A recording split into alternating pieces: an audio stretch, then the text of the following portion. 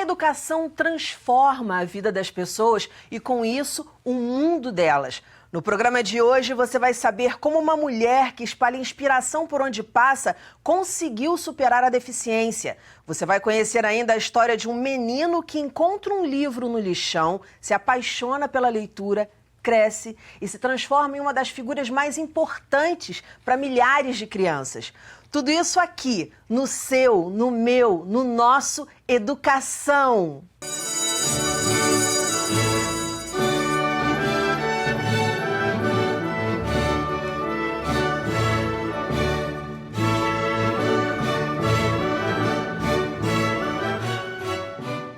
Meus convidados são a psicopedagoga e estudante de Direito, Lu Rufino, e o autor, promotor de leitura, Otávio Júnior.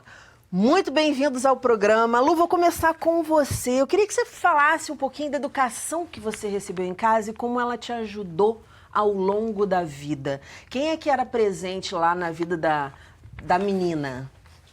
Então, eu estava até conversando com o nosso autor aqui, que eu fiquei maravilhada, né, em conhecer, projeto lindo, que quando eu era pequena, era muito engraçado, que meu pai dizia que menina, mulher, ia para a escola para escrever carta para namorado.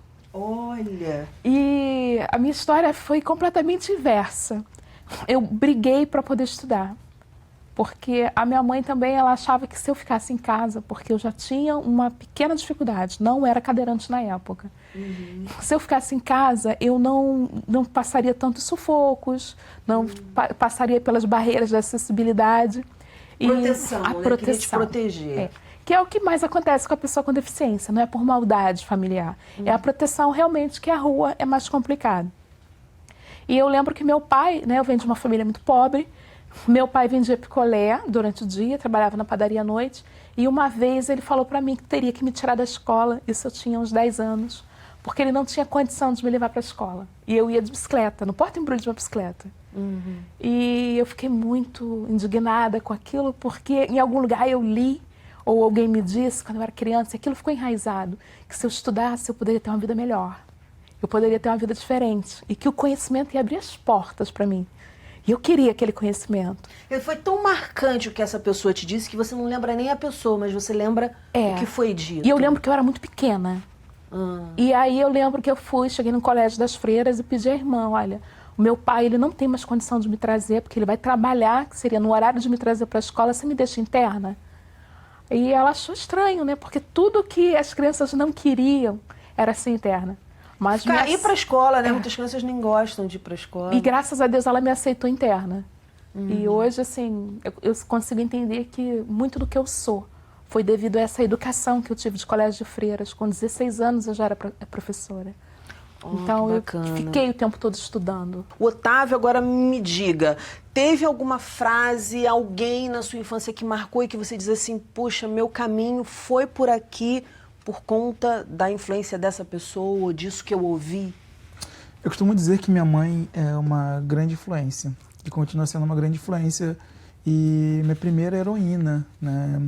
Eu lembro que na minha infância, quando eu tinha que ler livros na escola, eu era sempre o primeiro aluno a ter os livros ali. Em frente à escola tinha um armarinho, uma pequena livraria, que a escola mandava a lista para esse armarinho, para essa livraria, e logo em seguida minha mãe ia comprar. Talvez ela tirava o dinheiro de uma necessidade dela como mulher, de um creme para o cabelo, de uma unha, sabe, de uma roupa. Então ela foi uma grande incentivadora. Isso é demais, né? A gente poder crescer e reconhecer o sacrifício que os pais, enfim, que os responsáveis fazem para criar a gente. Como é que foi a história do lixão? Então, assim, eu sou apaixonado por futebol. E o meu sonho era ser jogador de futebol. E próximo à minha casa tinha um campinho de futebol e em volta desse campinho tinha um grande lixão. Onde? Na época, Onde? na Penha.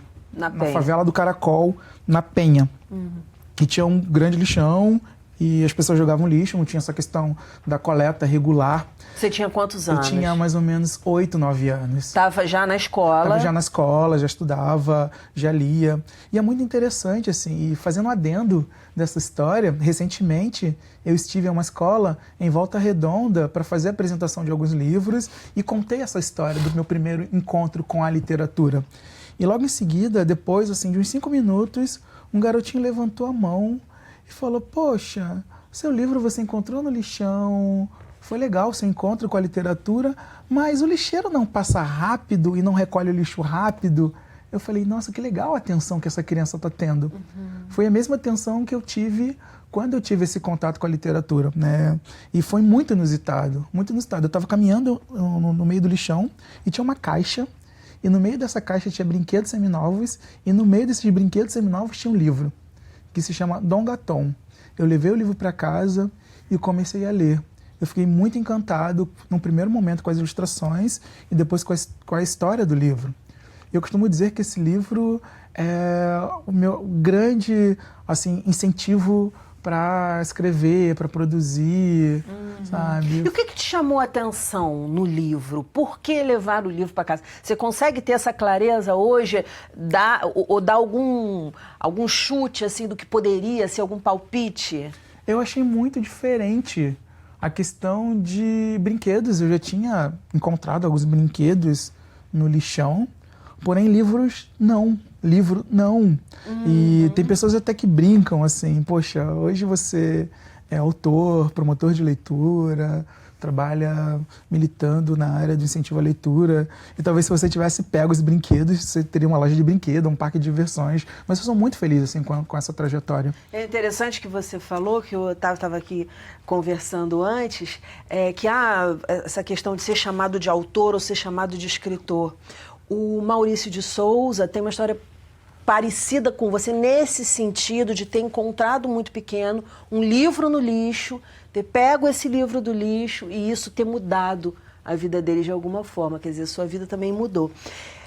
Lu, eu queria que você falasse um pouquinho sobre a questão da deficiência na sua vida. Como é que ocorreu? Você falou que você é cadeirante. Antes da gente também começar a gravar aqui, estava conversando com a Lu, e a Lu falou assim: não, eu sou cadeirante há 5 anos. Queria que você falasse como é que começou isso, porque você diz que também adolescente já apresentava alguma deficiência. Isso. Eu tenho, na verdade, sequela de pólio. Eu tive poliomielite com 8 meses. Da cintura para baixo, meu corpo era totalmente paralisado. E foi... Eu costumo dizer que eu tinha duas deficiências, né? Além da física, eu nasci num lugar muito pobre, onde as pessoas não tinham conhecimento. Então, o preconceito lá era muito grande, por desconhecer mesmo, por achar que a gente nunca ia conseguir nada. E aí, a única escola que me aceitou na época, porque eu tenho 44 anos, né? Parece que eu tenho 20, mas tenho 44. E, na época, as escolas convencionais não aceitavam. A escola que me aceitou foi naquele regime de caridade, de humanismo, não por lei. Que eu acho que hoje, por isso que eu estou no direito, né? Para fazer com que a lei seja cumprida e que todos possam ir para a escola. E aí meu pai e minha mãe acabaram me colocando naquela escola porque era próximo e foi a única que eu fui aceita. E eu andava, puxava da perna um pouquinho, mais ou menos nessa idade de 7, 8 anos, quando eu fui para a escola. Mas não tinha a sequela que eu tenho hoje. Há 5 anos atrás, eu trabalhei muitos anos no banco, eu ficava muito tempo sentada e eu tenho 7 hérnias de disco, uma na medula óssea, que foi quando eu perdi o movimento da perna direita. E hoje eu estou cadeirante nessa condição. Enfim, mas a questão da deficiência foi uma questão sempre marcante, presente na sua vida. Eu queria que vocês me falassem, porque vocês são 2 pessoas bem-sucedidas, 2 pessoas de sucesso, dentro das dificuldades do caminho que vocês percorreram. E aí eu queria que vocês falassem um pouco como é que foi isso, como é que foi superar esse caminho, o que vocês aprenderam na vida de vocês ao longo dessa trajetória que fez com que vocês se transformassem na pessoa que vocês são hoje, em termos de pensamento e em termos de movimento no mundo também. Bom, eu aprendi a nunca desistir. Quando eu iniciei toda a trajetória como promotor de leitura nos complexos da Penha e complexo do Alemão, eu percebia que as crianças ali, elas não tinham as questões dos sonhos definidas, né? E por conta de ter crescido com livros, ter crescido em ambientes, livraria, biblioteca, estudando promoção de leitura e mediação de leitura, para mim, os sonhos estavam além do céu, né? Era muito definido as questões relacionadas aos sonhos. Assim, eu sempre fui uma criança muito sonhadora e um jovem muito sonhador por conta da literatura. Eu percebi que as mesmas crianças que estavam ali sendo incentivadas a lerem, elas não sonhavam. Elas não tinham esse suporte do sonho, né? E eu trabalhei fortemente para que elas se sentissem ali sonhadoras, né? E falava para elas que elas poderiam, de certa forma, realizar os seus sonhos, batalhando, lutando. Que coisa que você está falando agora, porque não ter sonhos, né? Não ter expectativa, a gente está falando de não ter esperança, e de onde você conseguiu encontrar isso, mostrar esse caminho para essas crianças. Que trabalho importante o seu. Porque assim, o que é o homem? E aí o ser humano, vamos falar, o ser humano. O que é o ser humano sem sonhos? Eu ouvi ele falar de sonho do ser humano e eu fico pensando assim, eu acho que eu sempre fui uma pessoa diferente. Eu nunca consegui ver dificuldades na vida. E o sonho da minha vida era estudar, né? Eu fui atleta de jiu-jitsu, porque como deficiente eu sempre fui muito gordinha. Então eu era atleta de jiu-jitsu, ganhei uma bolsa de estudo para fazer uma faculdade, que era o meu sonho fazer uma faculdade. Eu queria muito. Eu sempre achava, dentro da minha cabeça, do meu universo, que as pessoas que tinham cultura, elas eram mais bonitas. E eu sempre quis ser bonita. Eu achava lindo a pessoa que sabia falar, se pronunciar. E quando eu via na televisão alguém dar uma boa entrevista, eu ficava pensando assim, eu quero ser igual àquela pessoa. E quando meu pai falou para mim que eu não tinha condição, ele não tinha condição de me levar para a escola, eu falei, não, eu não posso não ser essa pessoa, né? E assim, é o que eu estava falando para ele, eu sempre acho que o peso da caneta é bem mais leve do que da enxada. Então eu conseguia entender que eu tinha necessidade de ter estudo, de ter conhecimento, porque eu não aguento fazer uma faxina, mas eu posso sentar tranquilamente ser uma psicóloga, uma psicopedagoga. Eu posso fazer uma causa como advogada. Então, para a minha vida, eu comecei a moldar o que o conhecimento iria me dar. Em cima disso, eu comecei a fazer. E quando você tem objetivo, sonho, que é o que ele falou, as coisas ficam leves, não parece pesado. Eu não consigo ficar doente. Eu vejo pessoas que ficam doentes, eu não consigo. Porque eu preciso terminar meu curso de Direito, que eu me formo em dezembro, se Deus quiser. Então, eu estou, às vezes, com muitas dores no corpo, mas eu sei que eu tenho uma aula. E saber que eu tenho uma aula já me faz ficar bem, de repente, para ir para a faculdade. Entendi. Então, essa vontade que você tem de conhecer é fundamental. Até para nós mesmo, que somos deficientes ou que não é, ter o conhecimento. O conhecimento porque é tudo. Algumas pessoas tudo. Falam comigo assim, eu tenho direito a isso, mas ela não sabe nem qual o direito que ela tem. Então, até para você brigar pelo seu direito, você tem que conhecê-lo. Exatamente. Então, é de suma importância. Eu trabalhei muito tempo como psicopedagoga e eu ficava ouvindo as pessoas com deficiência dizer para mim como elas se sentiam. Se sentiam como uma diretora de escola, por exemplo, dizia que não tinha vaga, né? Como ela se sentia quando o motorista do ônibus não parava para ela no ponto. E aquelas questões, chegou uma hora que começou a me incomodar. Porque para mim hoje já não adianta mais saber como a pessoa se sente.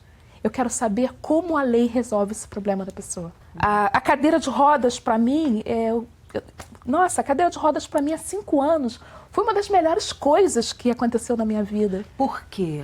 Porque eu acho que eu andava com uma certa dificuldade, acabava andando menos. Hoje eu tenho carruagem que me leva para todos os lugares e consigo fazer mais coisas do que quando eu era andante com bengala. Por exemplo, o sonho da minha vida era poder usar um salto desse. Eu não conseguia. Quando o médico falou para mim assim, sempre quando eu perco eu ganho. Eu escrevi essa história. Ótimo. Mesmo quando eu perco eu ganho. Eu sempre caio para cima. Eu não me deixo cair para baixo. Eu me condicionei a ver o lado bom. Eu acho que eu li os livros de Poliana quando eu era pequena. De ver o lado bom sempre da vida. E quando o médico falou para mim, olha, você não vai andar. Eu pensei, caramba, eu vou poder agora usar salto alto. E aí fui para uma escola de samba na Intendente Magalhães, fizemos um bom trabalho. Acabei indo para Embaixadores da Alegria. Mas as pessoas falam muito assim, Poliana, Poliana, Poliana. São pontos de vista diferentes e também eu acho que você falar da mulher, da pessoa muito bonita, a pessoa que tem cultura, né? Eu vejo uma mulher linda, também, sabe? E é engraçado isso, como que a gente constrói. Meu marido ouvir esse eu também, vai acabar o programa, eu acho. Mas, Otávio, indo para você, teve algum momento aí na tua história, porque, pô, você criou um projeto, você leva a leitura para milhares de crianças. Como é que foi esse teu caminho? Em algum momento você falou assim, caramba, você pensou, caramba, um dia eu vou ter um projeto assim? Quando você olha para trás hoje... É tudo muito louco. Quais foram as dificuldades, assim? Qual foi o grande nó para começar isso? É tudo muito louco, porque no primeiro momento a minha ideia era compartilhar conhecimento com as pessoas, né? E além do conhecimento, compartilhar alegria, compartilhar sonhos, compartilhar livros, né? Porque eu achava maravilhoso ter contato com os livros, ter contato com as histórias. Eu percebia que os meus primos, os amigos dos meus primos, os meus vizinhos, eles não tinham esses desejos, né? E eu sempre fui muito observador. Eu passava horas e horas e horas em bibliotecas, em livrarias e observando atividades culturais ligadas à literatura, né? E eu pensei um dia, por que não levar essas atividades para as favelas, né? E eu lembro da primeira atividade que eu fiz na minha comunidade, que é a comunidade do Caracol, no qual eu estendi um tapete, peguei um tapete da sala da minha mãe, um tapete todo bonitão, e tinha alguns livros, e disponibilizei os livros no tapete, e as crianças, elas foram chegando, foram sentando em volta dos livros, e eu vi o brilho no olhar daquelas crianças, né? E falei, fiz uma promessa, assim, falei, eu quero proporcionar esse brilho. Você tinha quantos anos? Eu tinha mais ou menos 19, 20 anos. Estava iniciando...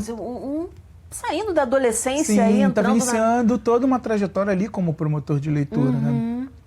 E eu costumo dizer que o Ler é 10 da Favela, que foi o projeto que eu desenvolvi para democratizar o acesso à literatura nas favelas, ele é um grande laboratório de 10 experimentações, no qual eu aprendi muito. Você aprendi consegue demais. ver que modificou a vida de algumas crianças. Modificou a vida de muitas crianças, né? No primeiro momento, modificou a minha vida. Assim, antes e depois do projeto, assim, minha vida ela foi modificada assim, de uma maneira assim, muito forte. Eu costumo dizer também que a minha história é um conto de encantamento ambientado na favela. Ali, a história de uma pessoa que teve a vida transformada pelo objeto livro e que tem o desejo de transformar a vida de outras pessoas com a ferramenta literária, que são os livros, né? E a partir dessas atividades, dessas interações, eu pude também pensar nas minhas histórias, em contar as minhas histórias. E muitas pessoas, elas me questionam, assim, elas perguntam, você não tem medo de ser taxado como um autor que só escreve sobre favela? Eu falo, não. Assim, não, assim, essa semana revirando o meu baú, assim, de histórias, revirando os meus livros, eu vi ali toda uma trajetória, assim, voltada para a promoção de leitura. E tem tanta história na favela, né? Tem muitas histórias. Muita história. Tem muitas histórias. Tem história de amor, tem história de tudo, todo tipo de história do humano, porque são os humanos que estão lá, então... E eu tô muito feliz, assim, com essa... Mas, olha, eu vou fazer uma outra observação. As pessoas dizem também que Manuel Carlos, quando estava escrevendo novela, só escrevia novela que se passava no Leblon. Então, tranquilo, todo mundo recebe crítica. Sim, mas eu tô muito feliz, assim, com esse momento.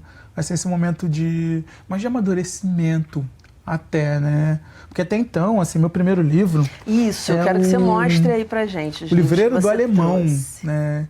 Nesse livro eu relato as minhas experiências como promotor e mediador de leitura em uma das maiores favelas do Rio de Janeiro, que é o Complexo do Alemão. Você é premiado, você é um autor premiado, não é? Na verdade, assim, a minha trajetória, ela é pautada na promoção de leitura. Eu iniciei toda a minha trajetória com a promoção de leitura. E essa questão, assim, de autor é muito recente. Pra vocês terem ideia, o meu primeiro livro... É um livro infantil. Meu primeiro livro infantil, na verdade, meu primeiro livro é o Livreiro do Alemão. Meu primeiro livro é o Garoto da Camisa Vermelha. Ele é de 2013. né? Então, muito recente. E eu acho que você dá mais importância a esse fato de ser promotor de leitura, porque você sabe que você está fazendo as crianças sonhar, né? Dando para elas oportunidades. Por exemplo, quando eu era pequena, eu era apaixonada por livros de geografia. Porque eu ficava olhando aquelas figuras e falava assim, quando eu crescer eu vou estudar muito e vou conhecer todos esses lugares. Eu também. E aquilo era maravilhoso, que eu ficava olhando Inglaterra, Londres, eu já ficava me imaginando com aqueles casacos lá dentro daquele universo que era o livro. E assim, eu entendo perfeitamente, porque enquanto o aluno está ali sonhando com o livro, com a literatura, ele não tem tempo de pensar nas coisas não positivas que aquele ambiente proporciona para ele. Não existe melhor se a gente for encarar, se a gente for assim encarar como uma válvula de escape, né, um lugar para onde se esconder. O livro é o melhor lugar para onde enquanto fugir e se esconder. Lendo o seu livro, ele não está na rua. Exato. Fazendo uma coisa que não é legal para a vida dele. Exato. Sim, exato. sim, e é muito recente a minha carreira assim como autor, né? E eu dou importância para essa questão de contar as histórias, né, das favelas. Recentemente eu lancei o Da Minha Janela. O Da Minha Janela é um grande sonho realizado, né? E no Da Minha Janela eu faço uma brincadeira, né? No Da Minha Janela eu junto várias visões de várias janelas, de várias favelas do Rio de Janeiro. Ou seja, da minha janela eu vejo a Igreja da Penha. Eu sempre vi a Igreja da Penha, né? E eu tenho um filho de 11 anos, e quando ele era muito pequeno, quando ele era criança, ele falava, papai, eu quero ir no Castelo Encantado. E eu fiquei com essa frase na cabeça, eu quero ir no Castelo Encantado, né? Quando surgiu a oportunidade de desenvolver o projeto da minha janela, eu pensei, por que não pegar várias visões de várias janelas de várias crianças em favelas do Rio de Janeiro. Então eu faço uma brincadeira com as crianças que moram em algumas favelas da Zona Sul, como Rocinha, Vidigal, Chapéu Mangueira, que elas têm ali a vista para o mar. Eu faço uma brincadeira com a vista para o mar. Eu faço uma brincadeira com as crianças do Morro da Mangueira, do Morro dos Macacos, dos morros ali da Tijuca, que tem uma visão do Maracanã. Faço uma brincadeira. Estão inseridas no livro. E com isso elas vão conhecendo vários lugares do Rio de Janeiro e se sentindo representadas. Eu vou fazer uma coisa com vocês aqui que eu nunca fiz no programa Educação. Vamos ver como é que vocês se saem. Vamos fazer um ping-pong aqui? Isso, aí você fala uma frase ou uma palavra. Não vou restringir a 2 palavras, nada disso não. Mas então vamos lá, quem quer começar? Começo por quem? Lu Rufino. Eu tenho prioridade, né? Tudo bem. A gente está aqui no programa tratando de como vocês conseguiram encontrar no caminho de vocês, dentro desse processo de ensinar e aprender, que é a educação, como é que vocês chegaram até onde vocês chegaram. E aí agora esse bate-bola rapidinho. Educação é? Fundamental. Eu acho que para o ser humano, né? Porque você modifica a sua vida, você se molda, você consegue fazer planos para você consegue ter uma vida boa. Outro dia eu estava na faculdade e chegou um senhor e falou, olha, veio se apresentar e falou comigo, alguém aqui está preocupado com a monografia? Eu falei, não. Eu fui a única que falou não. Aí ele falou assim, por quê? Você é a Geralmente boa? as pessoas ficam preocupadas. Aí eu falei, não, porque é a minha 3ª graduação. Aí ele falou assim, nossa, você gosta muito de estudar. Eu falei assim, e gosto também do que o estudo proporciona para a vida das pessoas. Perfeito. Educação é? Educação é amor, né? Educação é afeto, educação é carinho. Recentemente eu comecei o curso de pedagogia, né? Que eu quero me dedicar mais a essas questões relacionadas ao desenvolvimento de projetos. E eu tenho algumas ideias que são muito, muito loucas, né? Vista nos campos educacionais. Eu costumo Por exemplo, dizer quer falar alguma? Sim. A minha ideia é transformar a favela num grande espaço voltado para a educação, no qual as crianças elas possam interagir ali com os becos, com as vielas, que os becos e vielas também eles podem ser salas de aulas, eles podem ser bibliotecas, eles podem serem transformados em espaços culturais, em espaço de aprendizado, né? Então a minha ideia é fazer que a favela seja um espaço também de interação, um espaço lúdico, um espaço divertido, um espaço dinâmico, né? Por isso que eu digo assim que são ideias assim bem loucas, ideias propostas assim diferentes e diferenciadas. É a lição que eu acho que todo mundo precisa aprender. E eu acho que foi fundamental para minha vida se amar. As pessoas precisam aprender antes de amar até o outro. E isso também faz parte da inteligência, que é emocional. Com certeza. Você se cuidar, você querer o bem para você, porque muitas pessoas falam assim, eu quero fazer um mundo excelente para o terceiro, mas a vida dela não é excelente para ela. E aí tá, eu vou complementar essa pergunta com uma outra. Como se amar? Se respeitando, principalmente. Não fazendo aquilo que te faz mal. O que te faz mal. O que não faz alguma coisa que, se não te liberta, não faz bem para você. Você? Acho que respeito. Respeito é fundamental para o relacionamento humano. Né? Tem pessoas que não respeitam limites, não respeitam trajetórias, não respeitam o ser humano. Então, respeito é fundamental, a base de tudo. A lição que, para encerrar, a lição que a Lu gostaria de deixar no mundo? Não existe limite. O ser humano, ele não é limitado. O que limita não é um corpo, é uma mente. Quando você quer fazer alguma coisa, você faz. E ela pode falar isso porque ela tem 3 faculdades, ela é gerente de banco, ela é dançarina, ela é porta-bandeira e por aí vai. Recentemente, né, eu tenho que falar, eu tenho hoje um grupo com 50 mulheres lindas, maravilhosas, que foi dia 21 de setembro na Cidade das Artes, aqui no Rio de Janeiro, o Miss Cadeirante. Sim, que são mulheres empoderadas, que elas desfilaram e principalmente mostraram: nós não queremos mais ser vítimas. Nós não aguentamos mais o papel de ser vitimizada dentro da sociedade. Nós somos mulheres, como todas as outras. Apenas andamos de forma diferente, mas somos mulheres. E o próximo projeto vai ser dia 7 de dezembro, no Parque Olímpico Miss Down. Porque a pessoa com síndrome de Down também é bonita. Ela também tem. A questão da autoestima, que todo mundo tem que ter. Tem que ter. E assim, a gente tem que trabalhar muito, Dani, a questão da inclusão. Porque a gente ainda não vive na inclusão. Não. Nós estamos integrados, nós não estamos incluídos. E para pessoas... Só para fazer aqui um parênteses para a galera que está em casa, nunca escutou, mas qual é a diferença de integrado para incluído? Integrado você pega e coloca aqui do lado, ó, tá participando, hein, mas tá aqui, vamos pôr em sala de aula, fazendo desenho lá, sozinho, enquanto o resto da turma faz outra coisa. Então isso não é inclusão, isso tá integrado aquele grupo. E para o indivíduo ele ficar realmente incluído, ele precisa se emancipar, ele precisa ter conhecimento. É importante que ele vá buscar maneiras, leis, como ele pode mudar a vida dele. Qual é a lição que o Otávio gostaria de deixar no mundo? Acho que é a lição relacionada aos sonhos, né? E eu falo sobre sonhos no meu lançamento também, que é o Grande Circo Favela, né? E a minha primeira protagonista, também negra, é um livro que eu homenageio o grande palhaço negro brasileiro, que é o Benjamin de Oliveira, né? E é uma história também relacionada à superação. Uma menina que encontra um palhaço na rua e que tem o desejo de montar um circo na favela. E eles vão por uma jornada relacionada a sonhos, né?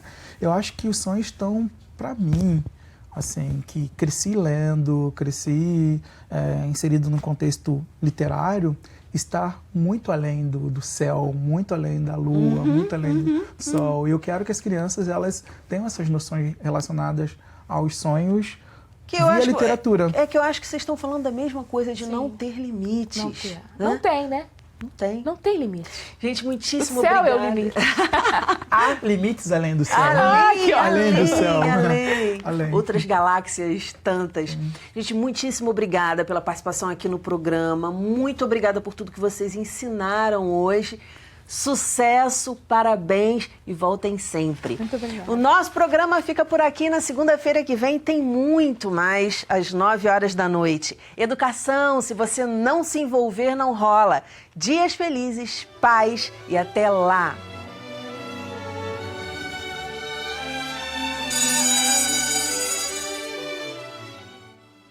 Tem um conto do escritor mineiro Sérgio Caparelli, do livro 30 Fábulas Contemporâneas para Crianças. Conta a história de um cachorro que certa vez decidiu pegar o próprio rabo. Logo de manhã o cachorro já saiu perseguindo o rabo. Quanto mais ele corria atrás do rabo, mais o rabo corria dele. Quanto mais ele não conseguia pegar o rabo, mais nervoso ele ficava. Assim passou o dia inteiro o cachorro correndo atrás do rabo. No final do dia, já cansado, ele dormiu e até sonhou que estava pegando o próprio rabo.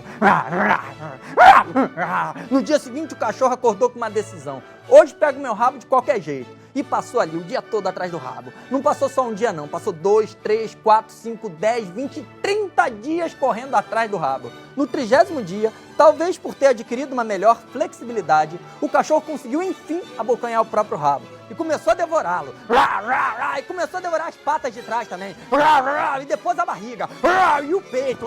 E as patas dianteiras. Até que o cachorro começou a devorar a própria cabeça.